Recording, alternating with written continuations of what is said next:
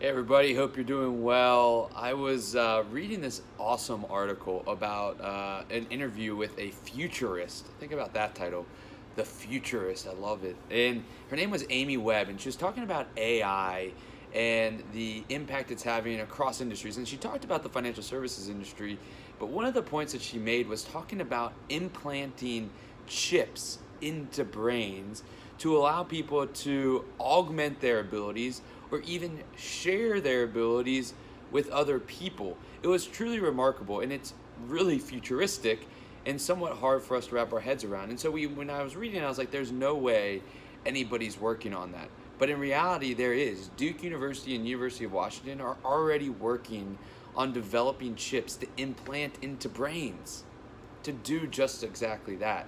And it got me thinking about the evolution and the exponential growth in technology.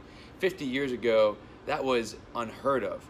Not even in question. Nobody was even thinking about it. And when you look at two of the biggest things that we use today, TVs and telephones. The first TV about 1927, and then the first really digital TV in the 1990s. It took about 63 years for us to get to the first digital TV. But then in 2015, TV companies actually came out and said that they're only making smart TVs. So that's a span of 25 years.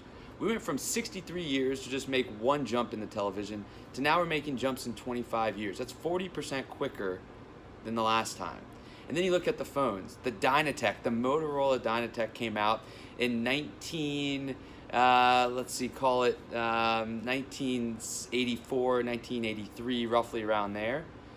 And then the smartphone comes out in 2007. That's 23 years or so for a new phone, a new evolution really in the phone, right? We had all these iterations of the phone between then, but then 23 years to make this huge leap into a new technology. And then it only took 8 years for us to get technology or the phone to our iWatch. And so the exponential growth of us in ability of talking over the telephone has grown at a quicker clip as well. So the exponential growth and the evolution of technology is happening quicker and quicker, and it's having larger and larger impacts on our lives. The impact of new technology evolutions or innovations is having greater and greater impacts. And so if we are as financial advisors thinking that technology is not going to impact the way that we do business, or that we are stuck in the ways with the current technologies that we're using today, then we have to believe that we're going to be stuck or pass by just because of how evolution of technology happens. Once it starts, it happens quicker and quicker and quicker. It's a domino effect that works at exponential pace.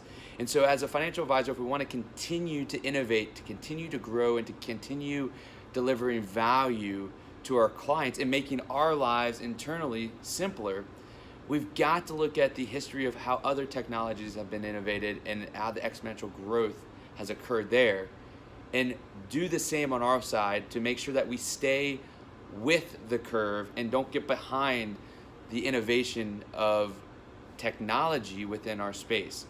That's what's going to be needed for us. I'd love to hear your thoughts on the innovation that's happening. What do you think about exponential growth in technology? It's kind of crazy to think about when you try to wrap your head around how fast technology has evolved relative to how fast it had evolved prior to this recent kind of innovation revolution that's happening in technology. Hope you all have a great rest of your day, hopefully having a great week. Please reach out, connect with me. I'd love to have conversations about technology innovation and how it's impacting your firms today.